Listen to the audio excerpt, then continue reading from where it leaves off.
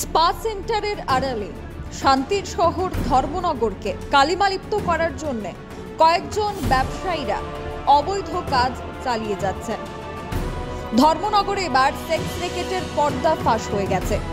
মধ্য Nayapara venous spa সেন্টারে সাধারণ মানুষ হানা দিয়ে এই ঘটনাটা প্রত্যক্ষ করতে পারে। দীর্ঘদিন ধরে ধর্মনগরের মধ্য নয়াপাড়া ভেনাস স্পা সেন্টারের বিরুদ্ধে অসামাজিক কার্যকর্মের কাহিনী ধর্মনগরের সাধারণ মানুষ বলে আসছিলেন। ধর্মনগরের সাধারণ মানুষ এবং পুলিশের সহায়তায় নাগরিকদের ধরল এলাকাবাসীরা। মধ্য নয়াপাড়া নীতিশ ঘোষের বাড়িতে এই স্পা সেন্টারটি চলছিল। চালাচ্ছিল আগরতলার সৌরভ মজুমদার এবং মিঠু দাস নামে দুই ব্যক্তি। দীর্ঘদিন ধরে অবৈধ কার্যকলাপ এমনকি দেহ ব্যবসার মতো নিষিদ্ধ ব্যাপারই সেন্টারে চলত বলে এলাকাবাসীরা বারবার ধর্মনগর থানার পুলিশের কাছে অভিযোগ জানিয়ে আসছিল।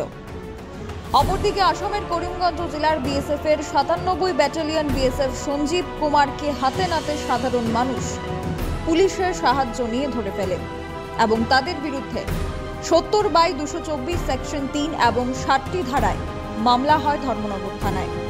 Bureau report, social Bangla. নাম আপনার? সুমন দাস। বাড়ি কোথায়? বাড়ি আগরতলা। আগরতলা। এখানে মানে কোথায় থাকেন? ধর্মনগর? এখানে নয়াপাড়া। কী কাজ করেন? এখানে আমি একটা আয়ুর্বেদিক মাসাজ থেরাপি ক্লিনিকে ম্যানেজার আছি। Ayurvedic therapy massage therapy clinic. আচ্ছা, আপনি ম্যানেজার।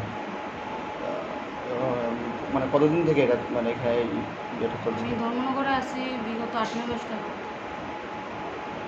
আজকে কি হয়েছিল এখানে? আজকে আমরা এখানে সকালবেলা দুপুর দিকে ১২:৩০-১টার দিকে ৩জন কাস্টমার আছে।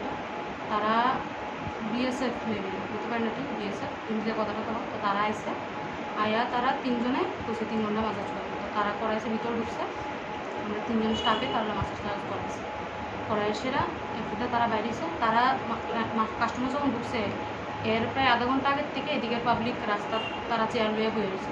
আমি তো বুঝছি না কেটে তারা বইয়েছে রাস্তার মধ্যে বইয়া তারা বই হাঙ্গামা করছে, চিল্লা পাল্লা করছে। এরপরে কাস্টমার ভিতরে ঢুকছে, কাস্টমার মাসাজ করে বাইরে গেছে।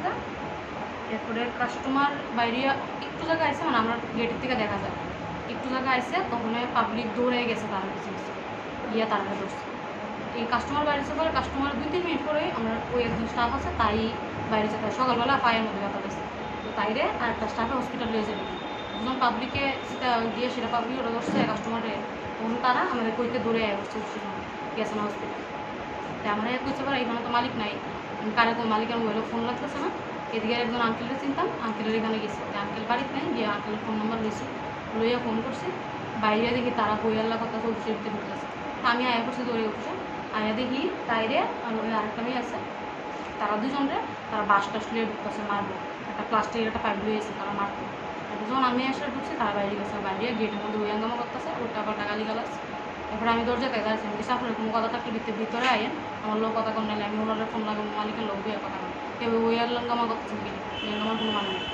এরপরে দিয়ে তারা ভিতরে তো আইসে না, উল্টা পাল্টা গালি গালাস করতেছে। আবার আমি ভিতরে আসছি, দেবেন তারা ভিতরে আয় মালিককে আমি আগে বলি, তারা আমার লোক দিয়ে আসতো যে রিসেপশন রুমে। তারপরে তারা গেটের ভিতরে ঢুকছে, ঢুকে দরজা ঢুকছে না, জানলা দিয়া বিভিন্ন ধরনের বিভিন্ন কথা আলাপ আলোচনা করতেছে তারা সময় নিতে। এরপরে স্টাফ তারা আমার করতেছে, তারা ওই হাঙ্গামা করতেছে, স্যারের ফোন করে। তো স্যারের ফোন করছি, তো স্যার করতেছে কথা কীটা হয়েছে, তারা কীটা করে, তারা কীটা করে খালি কইছে এমনি পাবলিক সবাই ঢুকছে। ঢুকে সেরা তারা কিছুক্ষণ ওই হাঙ্গামার পরে অন্য সিসিটিভিতে সিসিটিভির প্লাগ খুলে গেছে, খুললা সিসিটিভি টেবিলই আসতো না, কই ফালাচ্ছে করতে পারি না।